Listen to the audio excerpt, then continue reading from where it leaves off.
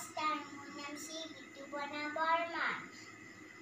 মই কলাগুৰু বিষ্ণুপ্ৰসাদ ৰাভাদেৱৰ কবিতা আবৃত্তি কৰিব ওলাইছোঁ। কবিতাটোৰ নাম হ'ল ভাং।